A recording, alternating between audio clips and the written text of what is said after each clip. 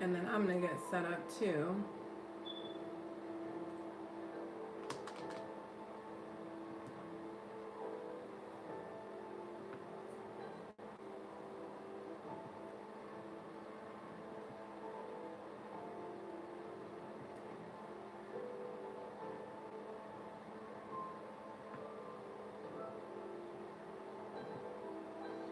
Okay, so today, where are we at? Leviticus 26. Okay. Leviticus 26 to 30. Let me get Leviticus.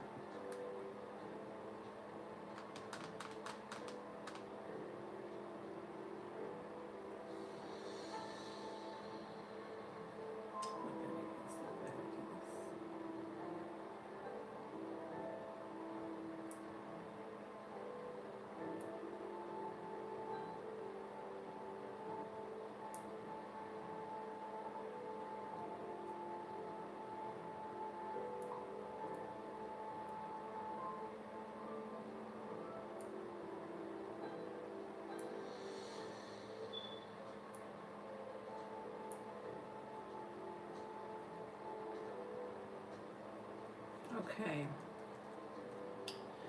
All right, so I've got 26 pulled up, and give me just 1 second, guys.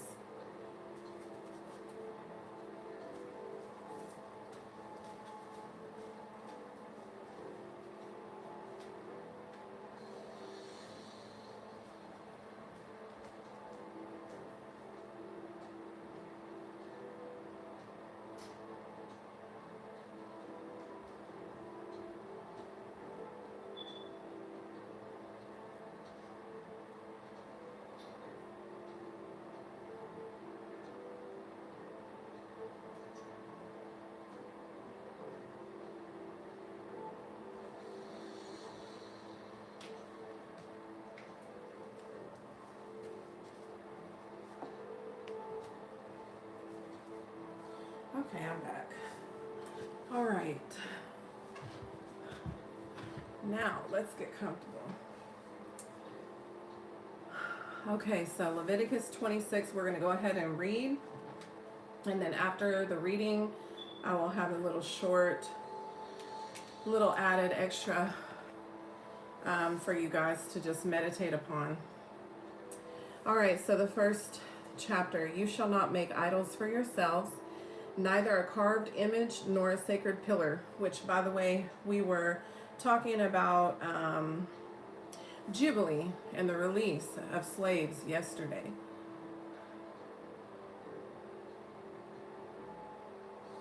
Oh. This is mainly a Bible study, so I'm probably not going to talk about Iran today. But we're definitely praying for that nation. Okay, let's see here. So yeah, we were talking about Jubilee yesterday, and we're going into the promise of blessing and retribution. And that's what chapter 26 is about. It says, you shall not make any idols for yourself, nor carry a carved image, nor a sacred pillar shall you rear up for yourselves, nor shall you set an engraved stone in your hand to bow down to it, for I am the Lord your God. You shall keep my Sabbaths and reverence my sanctuary, for I am the Lord. As you walk in my statutes and keep my commandments and perform them, I will give you rain in its season. The land will yield its produce. So that's our promise as we walk into it. Then he'll give us rain in its season. The land will yield its produce, and the trees of the field shall yield their fruit. Your threshing shall last until the time of vintage, and the vintage shall last till the time of sowing. You shall eat your bread to the full and dwell in your land safely. I will give peace in the land, and you shall lie down, and none will make you afraid. I will rid the land of evil beasts, and the sword will not go through your land. You will chase your enemies, and they shall fall by the sword before you. 5 of you shall chase 100, and 100 of you shall put 10,000 to flight. Your enemies shall fall by the sword before you. For I will look on you favorably and make you fruitful, multiply you, and confirm my covenant with you. You shall eat the old harvest and clear out the old because of the new. I will set my tabernacle among you, and my soul shall not abhor you. I will walk among you and be your God, and you will be my people. I am the Lord your God who brought you out of the land of Egypt, that you should not be their slaves. I've broken the bands of your yoke and made you walk upright. And that's basically what the Lord does for us now. He sets us free, right? So that we don't have to walk in bondage anymore, you know? So powerful. Verse 14. And then it's a privilege for him to tabernacle with us, right? To dwell with us, to inhabit our homes, to inhabit our praise, to inhabit, you know, to be with us everywhere that we go. It's a privilege to have his presence, you know. 14, verse 14. But if you do not obey me and you do not observe all of these commands, if you despise my statutes, or if your soul abhors my judgments, so that you do not perform all of my commandments, but break my covenant, I will also do this to you. I will even appoint terror over you, wasting, disease, and fever, which shall consume the eyes and cause sorrow of heart. And you shall sow your seed in vain, for your enemies shall eat it. I will set my face against you, and you shall be defeated by your enemies. Those who hate you will reign over you, and you shall flee when no one pursues you. And after this, if you do not obey me, then I will punish you 7 times more for your sins. I will break the pride of your power. I will make your heavens like iron and your earth like bronze. And your strength shall be spent in vain, and your land shall not yield its produce, nor shall the trees of the land yield their fruit. That is wild. You know, he will appoint terror and the wasting disease. That's so powerful. I will set my face against you. Those who hate you will reign over you. You will run when no one pursues you. When I came to the Lord, I was running. I was running. I was running for my life. I was running from the devil. I thought the devil was after me. I thought I was pregnant with the Antichrist. Like, my mind was completely warped. And God delivered me from that. And I don't run from anything now. I actually run into it instead of running away from it. You know, I confront things where before I didn't, you know. So I think it's really powerful. All right, so verse 23. Oh, wait. Okay, 22. I will also send wild beasts among you, which shall rob you of your children, destroy your livestock, and make you few in number, and your highways shall be desolate. And if by these things you are not reformed by me, but walk contrary to me, then I will also walk contrary to you, and I will punish you 7 times for your sins. And I will bring a sword against you that will execute the vengeance of the covenant. When you are gathered together within your cities, I will send pestilence among you, and you shall be delivered into the hand of the enemy. When I have cut off your supply of bread, 10 women shall bake your bread in one oven, and they shall bring back your bread by weight, and you shall eat and not be satisfied. And after all of this, if you do not obey me but walk contrary to me, then I also will walk contrary to you in fury. So he doesn't finish there. Notice how the blessings were there, and then now look at all the curses. Like, oh my gosh, it's overwhelming. And even I will chastise you 7 times for your sin. God loves that number. You shall eat the flesh of your sons, and you shall eat the flesh of your daughters. So that's talking about cannibalism. And I will destroy your high places, cut down your incense altars, and cast your carcasses on the lifeless forms of your idols. And my soul shall abhor you. I will lay your cities waste and bring your sanctuaries to desolation. And I will not smell the fragrance of your sweet aromas. I will bring the land to desolation, and your enemies who dwell in it will be astonished at it. I will scatter you among the nations and draw out a sword after you. Your land shall be desolate and your cities waste. Then the land shall enjoy its Sabbaths as long as it lies desolate. And you are in your enemy's land. Then the land shall rest and enjoy its Sabbaths. As long as it lies desolate, it shall rest, for the time it did not rest on your Sabbaths when you dwelt in it. And as for those of you who are left, I will send faintness into the hearts in the lands of their enemies. The sound of a shaken leaf shall cause them to flee. And they shall flee as though fleeing from a sword, and they shall flee when no one pursues. There it goes again. They shall stumble over one another as if it were before a sword when no one pursues, and you shall have no power to stand before your enemies. You shall perish among the nations, and the land of your enemies shall eat you up. And those of you who are left shall waste away in their iniquity in your enemies' lands. Also in their fathers' iniquities which are with them they shall waste away. But if they confess their iniquity and the iniquity of the fathers, with their unfaithfulness in which they are unfaithful to me, and they also have walked contrary to me, and that I also walked contrary to them and have brought them into the land of their enemies, if their uncircumcised hearts are humbled and they accept their guilt, then I will remember my covenant with Jacob and my covenant with Isaac and my covenant with Abraham I will remember. I will remember the land. The land also shall be left empty by them and will enjoy its Sabbaths while it lies desolate without them. And they will accept their guilt because they despise my judgments and because their soul abhorred my statutes. Yes, for all of that, when they are in the land of their enemies, I will not cast them away, nor shall I abhor them to utterly destroy them and break my covenant with them, for I am the Lord their God. But for their sake I will remember the covenant of their ancestors, whom I brought out of the land of Egypt, in the sight of all the nations, that I might be their God. I am the Lord. These are the statutes and judgments and laws which the Lord made between himself and the children of Israel on Mount Sinai by the hand of Moses. Chapter 27.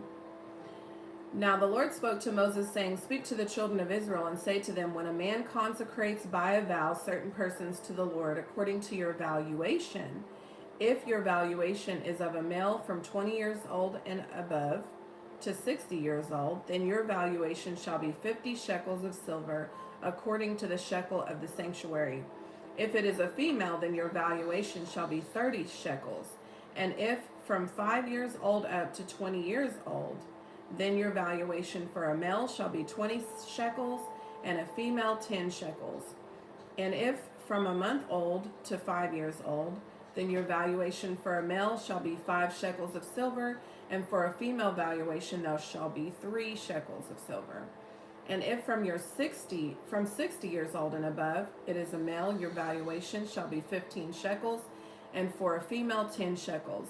But if he is too poor to pay your valuation, then he shall present himself before the priest, and the priest shall set a value for him. According to the ability of him who vowed, the priest shall value him. Verse 9, if it is an animal that men may bring as an offering to the Lord, all that anyone gives to the Lord shall be holy. He shall not substitute it or exchange it, good for bad, or bad for good. And if he at all exchanges animal for animal, then both it and the one exchanged for it shall be holy. If it is an unclean animal which they do not offer as a sacrifice to the Lord, then he shall present the animal before the priest, and the priest shall set a value for it. Whether it is good or bad, as you the priest value it, so it shall be. But if he wants at all to redeem it, then he must add 1/5 to your valuation. And when a man dedicates his house to be holy to the Lord, then the priest shall set value for it. Whether it is good or bad, as the priest values it, so it shall stand. If he who dedicated it wants to redeem his house, then he must add 1/5 of the money of your valuation to it, and it shall be his. If a man dedicates to the Lord part of a field of his possession, then your valuation shall be according to the seed for it. A homer of barley seed shall be valued at 50 shekels of silver. If he dedicates his field from the year of Jubilee, according to your valuation, it shall stand. But if he dedicates his field after the Jubilee, then the priest shall reckon to him the money due according to the years that remain until the year of Jubilee, and it shall be deducted from your valuation. And if he dedicates the field, if he who dedicates the field ever wishes to redeem it, then he must add 1/5 of the money of your valuation to it, and it shall belong to him. But if he does not want to redeem the field, or if he has sold the field to another man, it shall not be redeemed any more. But the field, when it is released in the Jubilee, shall be holy to the Lord. As a devoted field, it shall be a possession of the priest. And if a man dedicates to the Lord a field which he has bought, which is not the field of his possession, then the priest shall reckon to him the worth of your valuation up to the year of Jubilee, and he shall give you your valuation on that day as a holy offering to the Lord.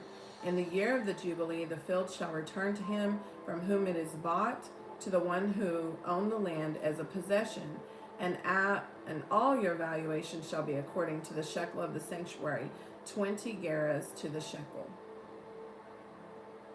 26. But the firstborn of the animals, which should be the Lord's firstborn, no man shall dedicate, whether it is an ox or sheep, it is the Lord's. And if it is an unclean animal, then he shall redeem it according to your valuation and add 1/5 to it. Or if it is not redeemed, then it shall be sold according to your valuation. Nevertheless, no devoted offering that a man may devote to the Lord of all that he has, both man and beast, or the field of his possession, shall be sold or redeemed. Every devoted offering is most holy to the Lord. No person under the law who may become doomed to destruction by men shall be redeemed, but shall surely be put to death. Verse 30. In all the tithe of the land, whether of the seed of the land or of the fruit of the tree, it is the Lord's. It is holy to the Lord. If a man wants at all to redeem any of his tithes, he shall add 1/5 to it. And concerning the tithe of the herd or the flock or whatever passes under the rod, the tenth shall be holy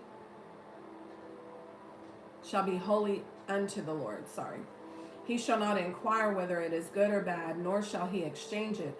And if he exchanges it at all, then both it and the one that exchanged it, the one exchanged for it, shall be holy. It shall not be redeemed.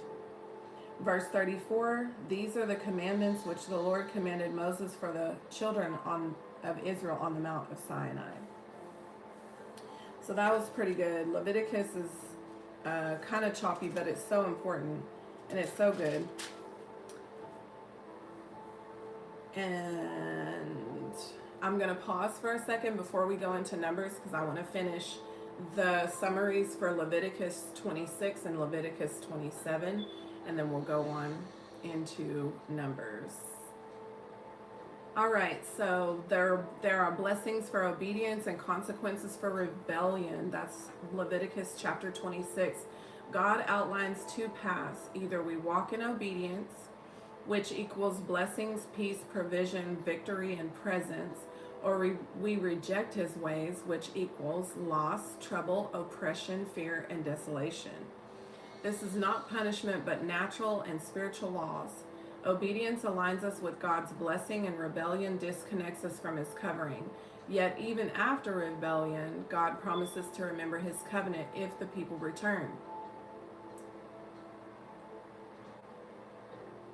This chapter emphasizes that God's blessing flows wherever his order is honored, and judgment comes when his order is rejected. Spiritual forces respond to obedience and disobedience alike. The devotional truth of chapter 26 is obedience opens the door for God's full blessing, and the leadership truth is leaders shape culture through the path that they choose. Their obedience fosters stability, favor, and safety for others. And then Leviticus chapter 27 was talking about vows, dedication, and living as God's possession. The book ends with laws on vows, consecrated gifts, and items that are devoted to God. These vows symbolize voluntary dedication. They're not required, but they are precious to God when made. They vowed their land. They vowed people, animals, and goods to be dedicated, reflecting that everything ultimately belongs to him. So that is so good, because even New Testament style, everybody talks about the 10th and all of that as far as tithing, but God requires everything that we have. So if he tells you to give 50%, you give 50%. If he tells you to give 30%, you give 30, because everything we have is his anyways. And we should live with the idea that our home is not our own, our cars are not our own, our, clothing is not our own, because at any point God may tell you, give it away. We shouldn't be tied to materialistic stuff anyways. This chapter highlights commitment, stewardship, and the seriousness of promises that we make to God. Consecration reveals the heart's gratitude and allegiance. The devotional truth is, devotion is expressed through voluntary surrender and joyful giving. And then the second thing for the leadership truth, leaders keep their word, honor their commitments, and model a life fully belonging to God. And then the summary for all of the chapters 21 through 27, leaders must walk in purity and honor. That's chapter 21. Worship must reflect God's worth, chapter 22. God's rhythms shape our life, chapter 23. His presence must remain central, chapter 24. His kingdom restores what is lost, chapter 25. Obedience builds blessing and rebellion brings loss, chapter 26. Dedication seals covenant relation, chapter 27. Leviticus ends by showing that holiness isn't just a ritual, it is an identity, lifestyle, rhythm, responsibility, and relationship with the Lord. And the leadership takeaway from the last 5 chapters of Leviticus is holiness is the leadership model of God's kingdom, marked by purity, excellence, rhythm, justice, restoration, obedience, and wholehearted devotion. Okay, so now we go into Numbers. We're getting past some of the major, books, the main major books in the Old Testament. And then we'll go into more of the relational, relatable chapters soon. All right, so I believe we're reading the first 3 chapters today, but let me just double check. I gotta go by my little guide. And by the way, for those of you that are tuning in that, maybe you didn't catch it from the beginning, I did make something for you guys to have. So if you need it, just inbox me on Facebook and I'll send it to you. That way you can kind of follow along with what we're reading each day. And you don't get left behind on the readings. Yeah, we're reading to Numbers chapter 3 today. All right.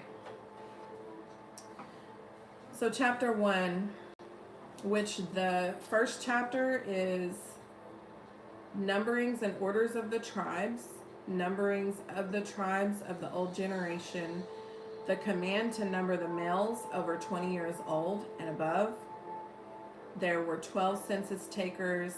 There was an assembling for the census, and then it talks about the tribes. So the tribe of Reuben had 46,500 within it. The tribe of Simeon had 59,300. The tribe of Gad had 45,650. The tribe of Judah had 74,600. The tribe of Issachar had 54,400. The tribe of Zebulun had 57,400. The tribe of Ephraim had 40,500. The tribe of Manasseh had 32,200. The tribe of Benjamin had 35,400. The tribe of Dan had 62,700. The tribe of Asher had 41,500. The tribe of Naphtali had 53,400. So the grand total of all the tribes is 603,550.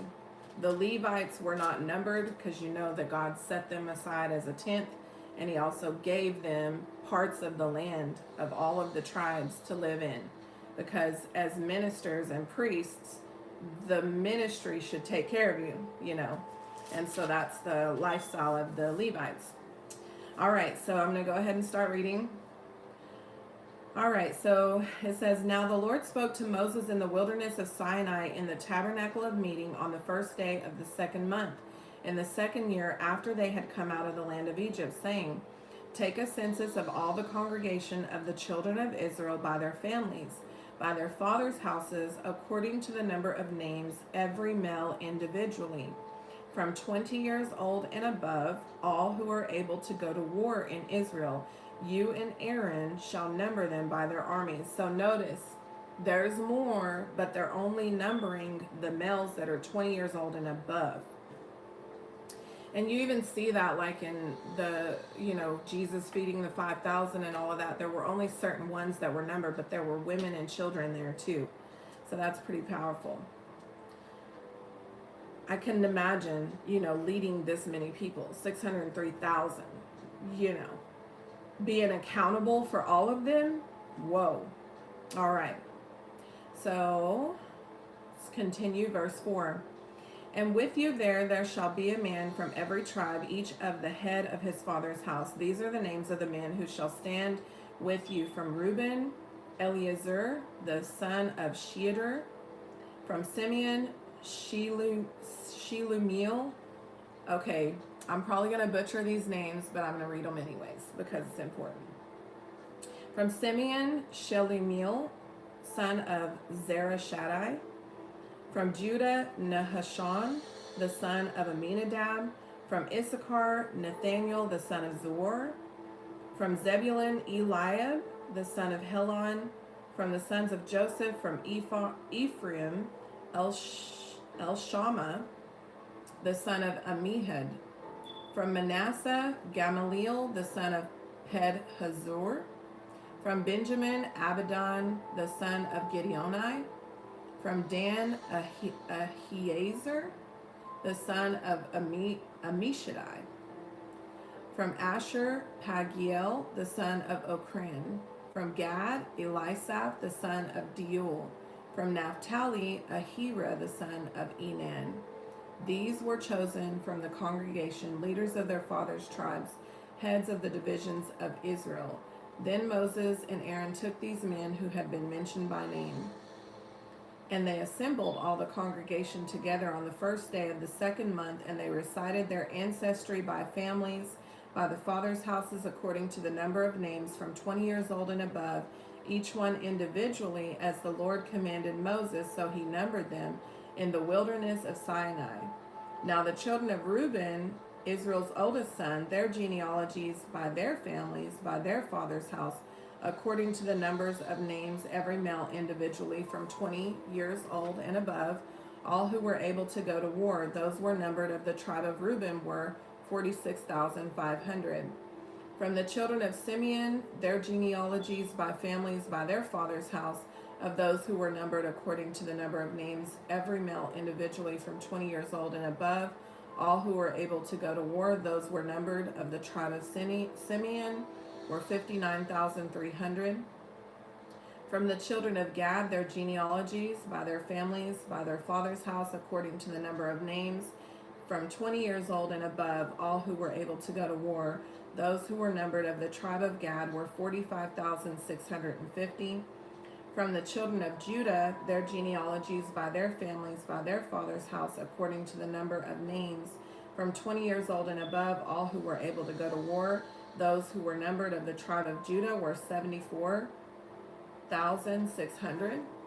From the children of Issachar, their genealogies by their families, by their father's house, according to the number of names, from 20 years old and above, all who were able to go to war. Those were numbered of the tribe of Issachar were 54,400. From the children of Zebulun, their genealogies by their families, by their father's house, according to the number of names, from 20 years old and above, all who were able to go to war. Those who were numbered of the tribe of Zebulun were 57,400. And from the sons of Joseph, the children of Ephraim, their genealogies by their families, by their father's house, according to the number of names, from 20 years old and above, all who were able to go to the war. Those who were numbered of the tribe of Ephraim were 40,500. From the children of Manasseh, their genealogies by their families, by their father's house, according to the number of the names found, from 20 years old and above, all who were able to go to war, those were numbered of the tribe of Manasseh, were 32,200. From the children of Benjamin, their genealogies by their families, by their father's house, according to the number of names, from 20 years old and above, all who were able to go to war, those who were numbered of the tribe of Benjamin, were 35,400. From the children of Dan, their genealogies by their families, by their father's house, according to the number of names, from 20 years old and above, all who were able to go to war, those who were numbered by the tribe of Dan, were 62,700. From the children of Asher, their genealogies by their families, by their father's house, according to the number of names, from 20 years old and above, all who were able to go to war, those who were numbered of the tribe of Asher, were 41,500. From the children of Naphtali, their genealogies by their families, by their father's house, according to the number of names, from 20 years old and above, all who were able to go to war, those who were numbered of the tribe of Naphtali, were 53,400. These are the ones who were numbered, whom Moses and Aaron numbered with the leaders of Israel, 12 men, each one representing his father's house. So all who were numbered of the children of Israel by their father's houses, from 20 years old and above, all who were able to go to war in Israel, all who were numbered were 603,550.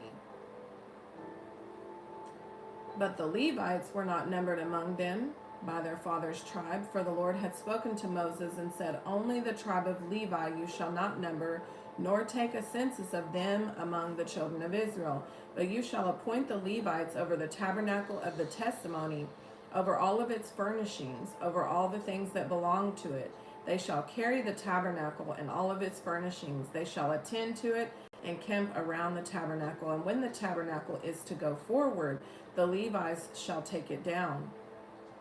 Levites shall take it down. And when the tabernacle is to be set up, the Levites shall set it up. The outsider who comes near shall be put to death. The children of Israel shall pitch their tents, everyone by his own camp, everyone by his own standard, according to their armies. But the Levites shall camp around the tabernacle of testimony, that there may be no wrath on the congregation of the children of Israel. And the Levites shall keep charge of the tabernacle of the testimony. Thus the children of Israel did according to all the Lord God had commanded Moses, so they did. Chapter 2. This is where they talk about the arrangements of the camp. And the Lord spoke to Moses and Aaron, saying, every one of the children of Israel shall camp by his own standard. Beside the emblems of his father's house, they shall camp some distance from the tabernacle of meeting.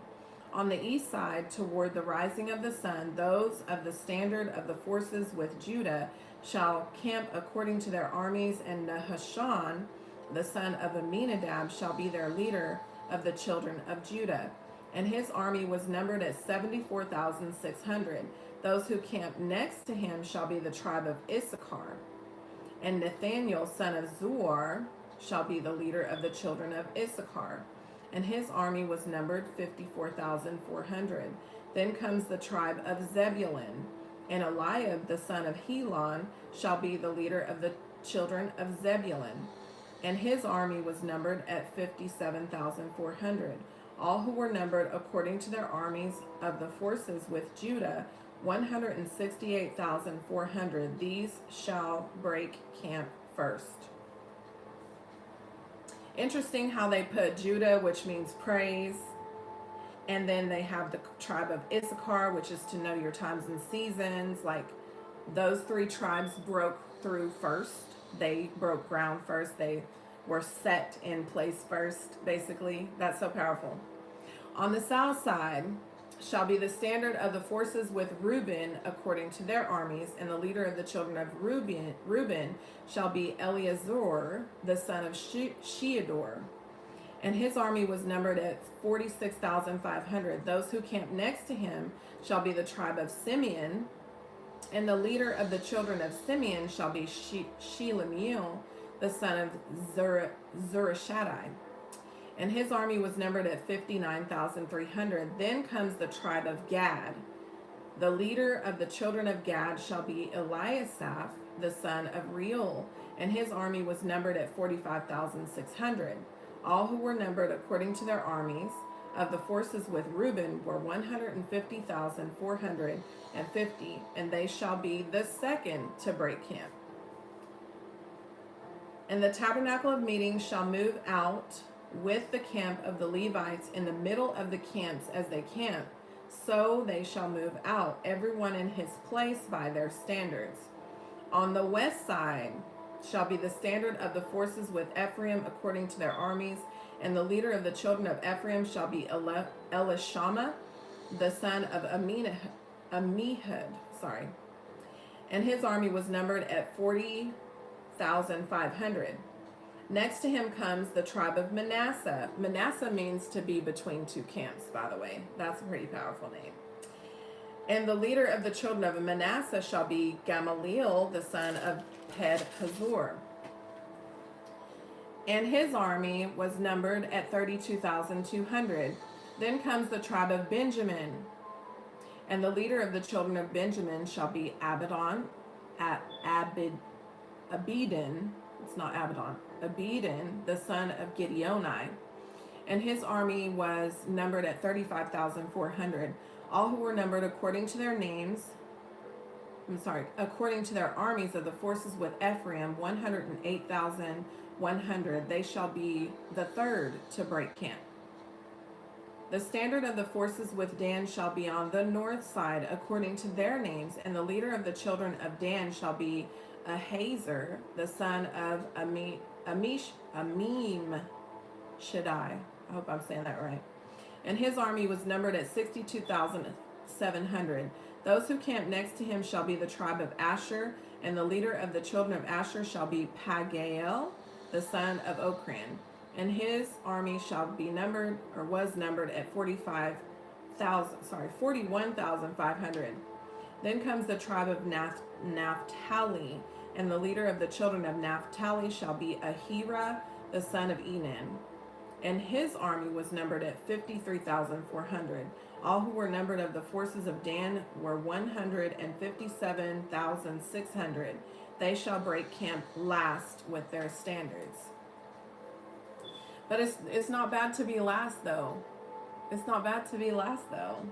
Like, the Alpha and the Omega, the beginning and the end. Like, it's not bad to be last. The last seals things up. Okay, verse 32. These are the ones who were numbered of the children of Israel by their fathers' houses. All who were numbered according to their armies of the forces were 603,550. But the Levites were not numbered among the children of Israel as the Lord commanded Moses. Thus the children of Israel did according to all that the Lord commanded Moses. So they camped by their standards, and so they broke camp, each one by his family, according to their fathers' houses. Chapter 3, the sons of Aaron. Now these are the records of Aaron and Moses when the Lord spoke to Moses on the Mount of Sinai. And these are the names of the sons of Aaron: Nadab, the firstborn, Abihu, Eleazar, Ithamar. These are the names of the sons of Aaron, the anointed priests whom he consecrated to minister as priests.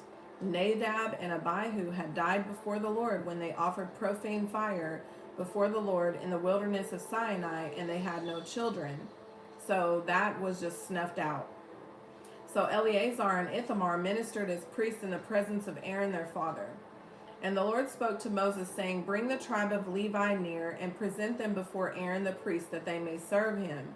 And they shall attend to his needs and the needs of the whole congregation before the tabernacle of meeting, to do the work of the tabernacle. And they shall attend to all the furnishings of the tabernacle of meeting, and the needs of the children of Israel, to do the work of the tabernacle. And you shall give the Levites to Aaron and his sons. They are entirely to be given to him from among the children of Israel.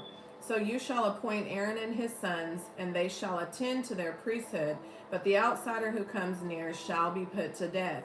Then the Lord spoke to Moses, saying, Now behold, I myself have taken the Levites from among the children of Israel instead of every firstborn who opens the womb among the children of Israel. Therefore the Levites shall be mine, because all the firstborn are mine. On the day that I struck all the firstborn in the land of Egypt, I sanctified to myself all the firstborn in Israel, both man and beast. They shall be mine. I am the Lord. Then the Lord spoke to Moses in the wilderness of Sinai, saying, Number the children of Levi by their fathers' houses, by their families. You shall number every male from a month old and above. So Moses numbered them according to the word of the Lord as he was commanded. Notice how he did not number them until God said. That's so important. These were the sons of Levi by their names, Gershon, Kohath, and Merari. And these are the names of the sons of Gershon by their families, Libni and Shimei. And the sons of Kohath by their families, Amram, Izahar, Hebron, and Uzziel. And the sons of Merari by their families, Mali and Mushi. These are the families of the Levites by their fathers' houses. From Gershon came the family of the Libanites and the family of the Shemites. These are the families of the Gershonites. Those who were numbered according to the number of all the males from a month old and above, of those who were numbered, there were 7,500. The families of the Gershonites were to camp behind the tabernacle westward. And the leader of the father's house of the Gershonites was Eliasaph, the son of Lael. The duties of the children of Gershon in the tabernacle of meeting included the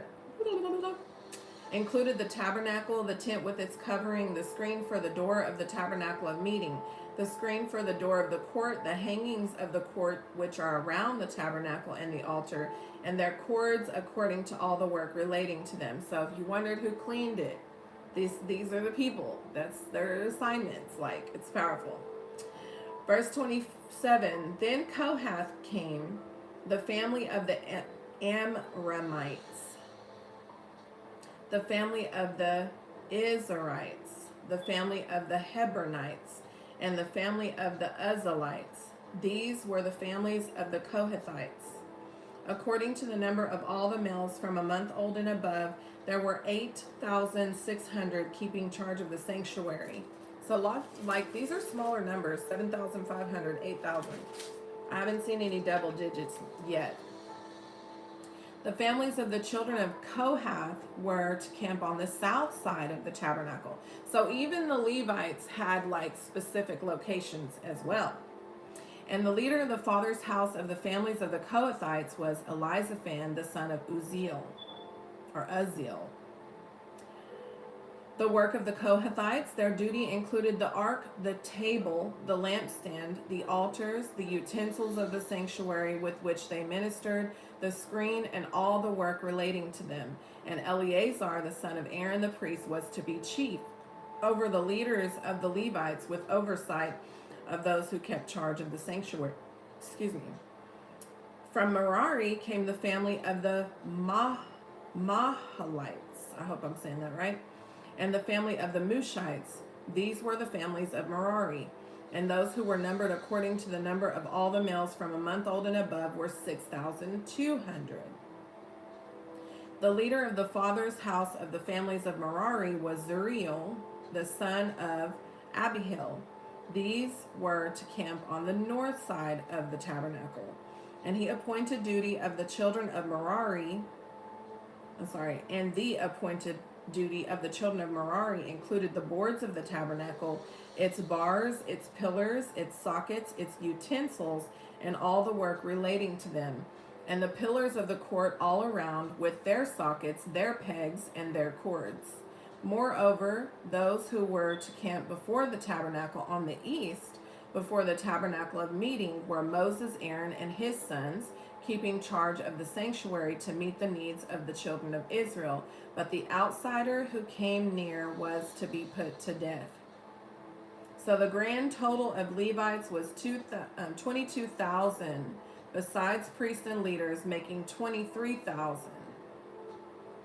All who were numbered of the Levites whom Moses and Aaron numbered at the commandment of the Lord by their families, and all the males from a month old and above were 22,000. Verse 40, Then the Lord said to Moses, Number all the firstborn males of the children of Israel from a month old and above, and take number of their names. And you shall take the Levites for me. I am the Lord, instead of all the firstborn among the children of Israel, and the livestock of the Levites, instead of all the firstborn among the livestock of the children of Israel. So Moses numbered all the firstborn among the children of Israel as the Lord commanded. And the firstborn males, according to the number of names from a month old and above, of those who were numbered of them, were 22,273. Then the Lord spoke to Moses, saying, Take the Levites instead of all the firstborn among the children of Israel, and the livestock of the Levites instead of their livestock. The Levites shall be mine. I am the Lord. I love that. He's a jealous God. He's like, these are mine. Woo! And for the redemption of the 273 of the firstborn of the children of Israel, who are more than the number of the Levites, you shall take 5 shekels for each one individually, and you shall take them in the currency of the shekel of the sanctuary, the shekel of 20 gerahs, and you shall give the money with which the excess number of them is redeemed to Aaron and his sons. So Moses took the redemption money from those who were over and above those who were redeemed by the Levites. From the firstborn of the children of Israel, he took the money, 1,365 shekels, according to the shekel of the sanctuary. And Moses gave their redemption money to Aaron and his sons, according to the word of the Lord, as he commanded Moses. So he takes care of his people. Glory to God. That is so powerful. How descriptive, right? He tells us exactly what every person's job is, where they're supposed to be positioned at, all of that, so that there's no guessing.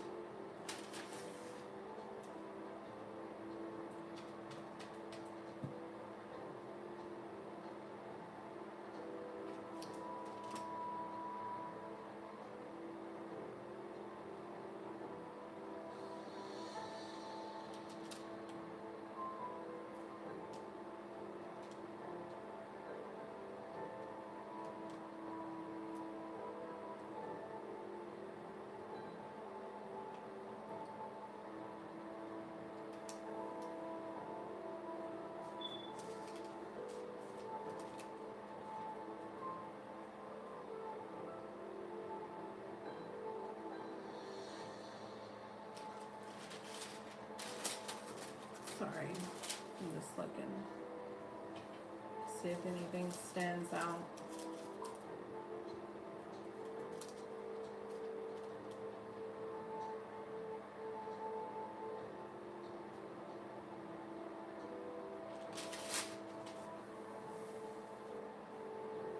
The smallest tribe was Ephraim. They had the smallest tribe was Manasseh. They had 32,200. Everybody else's was a lot more.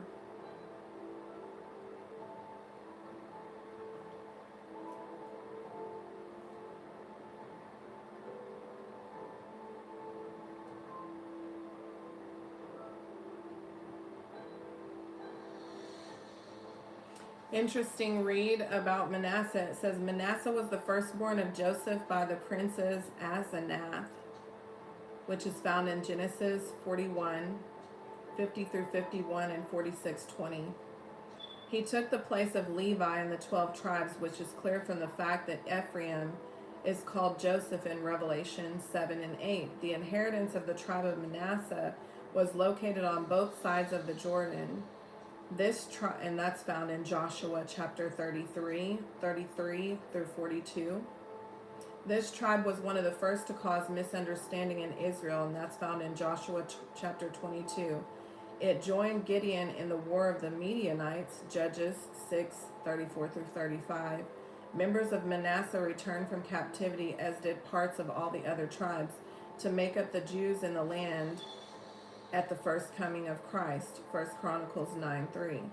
With many from other tribes, they became a part of Judah during the divisions of the kingdom. 2 Chronicles 15. Thus, the two sons of Joseph, Ephraim and Manasseh, became very prominent in Israel's history. Manasseh was the smallest tribe of the 12 in the first numberings, and the sixth in size, or numbers of soldiers, in the second numbering. This tribe gained more than any of the others in their count between two numberings.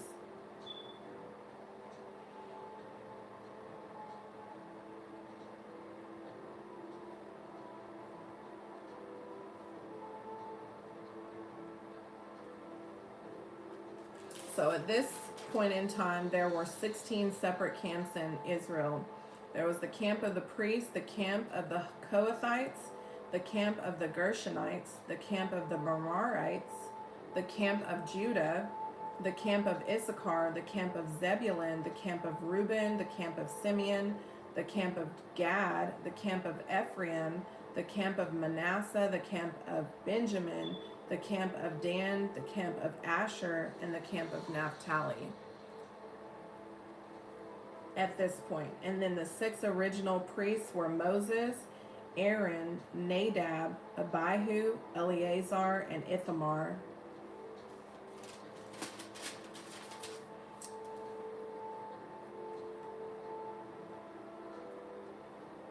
And each, okay, so the Kohathites had a sevenfold work. And there was another tribe that had the Gershonites. Okay, the Gershonites' sevenfold work was taking down, carrying, and erecting. Number one, the tabernacle, the tent of the tabernacle, the covering of the tabernacle, the screen door of the tabernacle, the screen door of the court, the hangings of the court, and the cords of the tabernacle. And then the Kohathites, their sevenfold work was carrying the Ark of the Covenant, the table of showbread, the lampstand, the bronze and golden altars, the utensils of the sanctuary, the screen and the inner veil, the work of the tabernacle. The Merarites had a tenfold work. Let's see if any of the other ones have anything.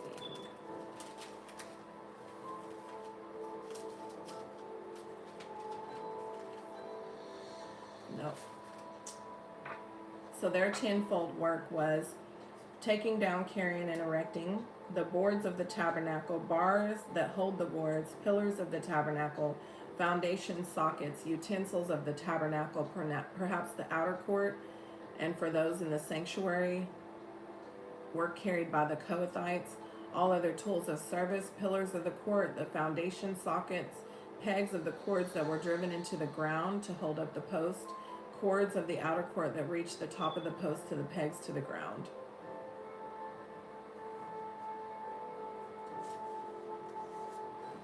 Okay, so breakdown for the first 3 chapters, and then we'll get you guys out of here. Thank you for staying. Thank you for joining.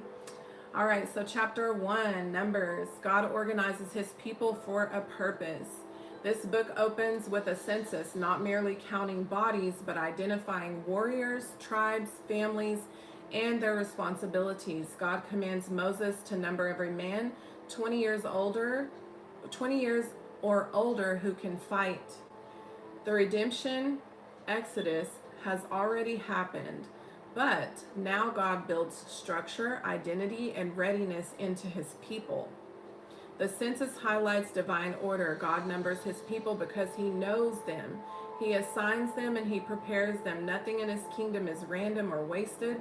There is a pattern, a purpose, and a heavenly blueprint mirrored on earth. The devotional truth of this chapter is that God doesn't just save you, he positions you. The leadership truth is leaders bring order, identity, and clarity to the people that they guide. I know me as an apostle, I give language to the people so that they know what their role is and their assignment is. Maybe they couldn't voice it. Maybe they don't understand, what God's doing, but I can see it, name it, right? God shapes chaos into purpose through structure. Numbers 2, God arranges the camp around his presence. God places each tribe in a specific position around the tabernacle Judah to the east, Reuben to the south, Ephraim to the west, Dan to the north. Every tribe faces inward toward God's dwelling. When they travel, they move in order. When they camp in order. This chapter draws a powerful truth. The entire nation is structured around the presence of God. Their identity, direction, protection, and movement all flow from His central position. So again, follow the glory cloud, right? Even the banner arrangement carries symbolic meaning: lion, ox, man, eagle, patterns reflected later in prophetic visions. The devotional truth of this chapter is that life only has order when God stays in the center of our lives. And the leadership truth is leaders keep God at the center of the system, not in the margins. Structure flows from presence and not from preference. And then the last chapter, Numbers chapter 3, God assigns the Levites their calling. God sets the Levites apart to serve Aaron, guard the tabernacle, carry the holy things, and protect the sanctuary.